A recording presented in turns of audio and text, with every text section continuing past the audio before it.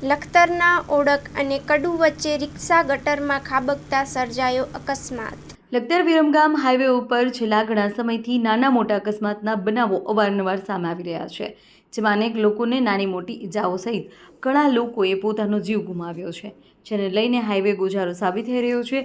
આજે ફરી વખત લખતર વિરમગામ હાઈવે પર ઓળક અને કડુ વચ્ચે એક રિક્ષા રોડની સાઈડમાં ગટરમાં ઉતરી જવાનો બનાવ સામે આવ્યો છે।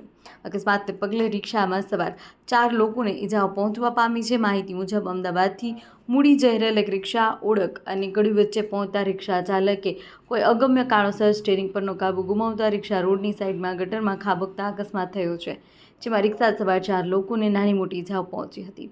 અકસ્માતને પગલે રાહદારીઓ દ્વારા લખતર 108ને જાણ કરતા લખતર 108ના પાયલોટ ગણપતભાઈ તથા EMT પરેશભાઈ તાત્કાલિક 108 લઈ ઘટના સ્થળે પહોંચી ગયા હતા અને ઈજાગ્રસ્તોને સારવાર અર્થે લખતર સરકારી હોસ્પિટલ ખાતે ખસેડવામાં આવ્યા હતા, જેમાં જયંતિભાઈ દાનાભાઈ રાઠોડ, રમણભાઈ દાનાભાઈ રાઠોડ, વિમળાબેન રમણભાઈ તથા નીતાબેન જયંતિભાઈ વધુ સારવાર અર્થે લખતર સુરેન્દ્રનગર હોસ્પિટલ ખાતે ખસેડવામાં આવ્યા હતા। જ્યારે લખતર વિરમગામ હાઈવે ઉપર બની રહેલ અકસ્માતના બનાવોને લઈને વાહન ચાલકોમાં ચિંતાનો વિષય બન્યો છે। અહેવાલમાં ન્યૂઝ જયેન્દ્રસિંહ ઝાલા, લખતર।